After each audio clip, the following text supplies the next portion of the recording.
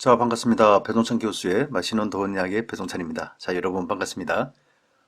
전세 상승률이 계속 하락 중에 있는 것 같아요. 전세나 매매 거래량도 떨어지고 있는 것 같아요. 여기에 6월달부터는 또 다주택자 양도소득세 중과세가 이루어지죠.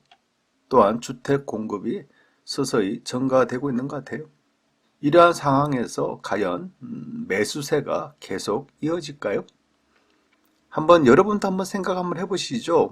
이러한 상황에서 과연 투자를 하는 사람들이 계속 증가될 수 있을까? 한 번쯤은 생각을 해볼 시기가 이제 좀 도래가 된 것 같아요. 흔히 말하는 부동산 가격의 꼭지. 그래요. 부동산 가격의 꼭지는 뭐 말씀드리면 아무도 모르잖아요. 이걸 어떻게 맞추겠어요. 또한 잠시 떨어졌다가 또 상승할 수도 있는 거고, 또 깊게 떨어졌다가 또 깊게 또 급반등할 수도 있는 거 아니겠어요? 다만 떨어질 때는 좀 피해야 되겠죠. 그리고 올라갈 때는 또 올라타야 되고, 그래서 부동산 투자를 잘한다는 거는 이런 흐름을 잘 읽고 잘 순응하고 잘 따라가는 게 부동산 투자를 잘하는 거겠죠. 물론 말은 쉬워요. 아무튼 제가 보는 점에서는요, 이제 일시적인 관점으로서 본다면 하락으로 전환될 가능성이 좀 있어 보인다는 거예요. 이제는 서서히 조심해야 할 시기가 좀 다가오고 있다라고 말씀을 드릴 수 있을 것 같아요. 그러한 이유에 대해서 하나씩 살펴보면요. 첫 번째로 본다면 서울의 거래량인데요. 서울 부동산 정보관장의 부동산 매매 거래 현황인데요. 2월 달의 거래량이 1765건으로 전달이죠. 5707건에 비해서 크게 떨어진 모습이죠. 거의 뭐 3분의 1 토막 난 거 아닙니까? 여기에 작년 3월달, 4월달, 작년 뭐 3월달, 4월달이라고 한다면 코로나19가 심각한 시기이지 않습니까? 그런데 작년에 그렇게 심각한 시기에도 3월달에도 4,419건이 거래가 되었고 4월달에도 3,033건이 거래가 되었다는 거예요. 크게 떨어진 모양이죠. 그리고 작년 6월달에 15,620건, 7월달에는 1,664건에 비해서도 좀 크게 떨어졌죠. 많이 떨어졌죠. 거의 뭐 7분의 1 토막, 5분의 1 토막 수준으로 거래량이 폭락했다고 말씀을 드릴 수 있을 것 같아요. 그만큼 거래량이 크게 줄었다라고 말씀을 드릴 수가 있겠죠. 부동산 가격 꼭지 징조 두 번째죠. 한국부동산원 전세 가율이 하락하고 있는데요. 그래프를 보시다시피 전주 대비해서 미약하게나마 전세 가격 지수 변동률이 하락하고 있다는 거예요. 전국과 수도권은 동일한데 지방은 0.20에서 0.19로, 서울은 0.08에서 0.07로 서서히 떨어지고 있다라고, 뭐가요?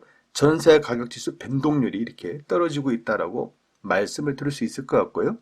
이를 최근 1년간 전국 아파트 매매 전세 가격 지수 및 변동률 추이를 보면 중요한 거는 노란색 막대 그래프가 전세 가격 변동률인데요. 막대의 기울기가 서서히 어때요 여러분? 줄어들고 있죠. 그래요. 그만큼 전세 가격 변동률이 서서히 낮아지고 있다라고 말씀을 드릴 수가 있다는 겁니다. 부동산 가격의 꼭지 징조 세 번째로 본다면 KB 리보온의 주택 전세 가격 월간 증감률인데요.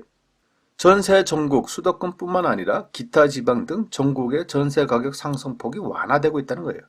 전국 주택 전세 가격은요, 전월 대비해서 0.75%를 상승을 기록하며 지난달에는 0.83%였기 때문에 상승폭이 낮아졌다. 이렇게 말씀을 드릴 수 있겠죠. 기타 지방 역시 상승폭이 낮아지는 모습을 보이고 있으며 지방 전세 가격 약한 상승세가 이어진 곳으로 나타나고 있다는 거예요. 수도권도 전월 대비 상승폭이 소폭 낮아지고 있다는 겁니다. 제가 관심 있게 지켜보는 그런 지역들의 전세 가격도 1월달 대비해서 서서히 떨어지고 있다는 거예요. 예를 든다면 1월달에 전세 가격이 5억이었다면 지금은 4억 7천 하는 아파트가 있고요. 또한 지방광역시 같은 경우에는 1월달에 전세 가격이 2억 1천만 원으로 피크를 찍었다면 현재는 1억 9,500으로 전세 가격이 소폭이나마 이렇게 하락하고 있다는 겁니다. 이러한 실제적인 흐름이 지금 통계에서 이렇게 나타나고 있겠죠. 그래서 지역별 주택 전세 가격 월감 증감률을 놓고 보더라도 이 그래프가 어떻게 보면 정확하게 나타나고 있다라고 말씀을 드릴 수 있겠죠. 서울로 놓고 보더라도 수도권을 놓고 보더라도 5대 광역시 기타 지방으로 놓고 보더라도 이처럼 전세 가격 월간 증감률이 떨어지고 있다라고 말씀을 드릴 수가 있을 것 같아요. 부동산 가격의 꼭지 징조 네 번째 전세 물량의 증가인데요. 부동산 빅데이터 업체죠. 아실, 아파트 실거래가 아실에 의한다면 서울의 전세 물량이 증가되고 있는데요. 6개월 전보다는 22.9%가 증가되고 있고 2개월 전보다는 23.7%가 증가되고 있다는 겁니다. 이처럼 전세 물량은 증가하는 것에 비해서 서울의 전월세 거래량을 한번 살펴볼까요?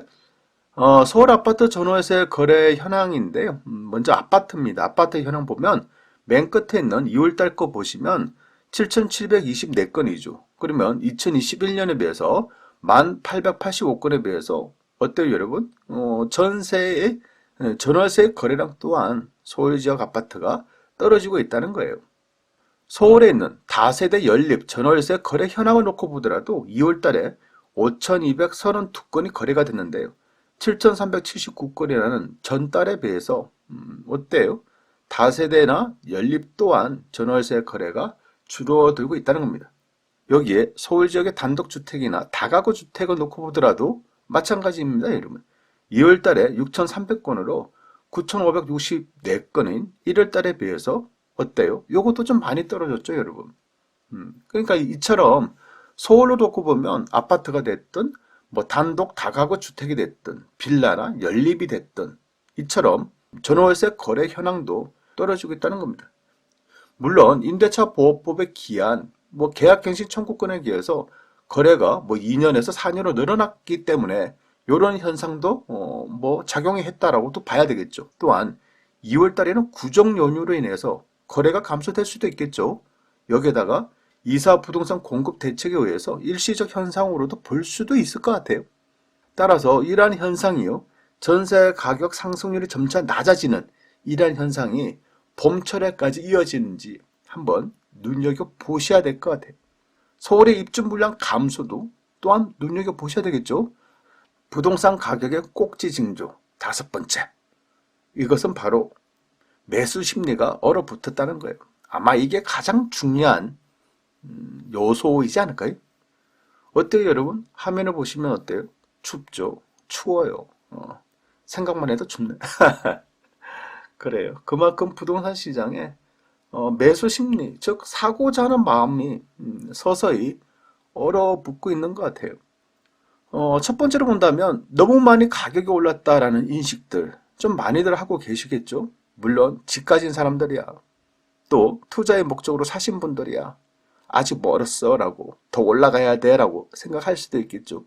근데 일반적으로 본다면 뭐 10억 하는 아파트가 뭐 25억, 30억 한다. 5억 하는 아파트가 10매덕 한다. 2억 하는 아파트가 뭐 4억대, 5억대 한다. 좀 많이 올랐잖아요, 사실. 그렇죠?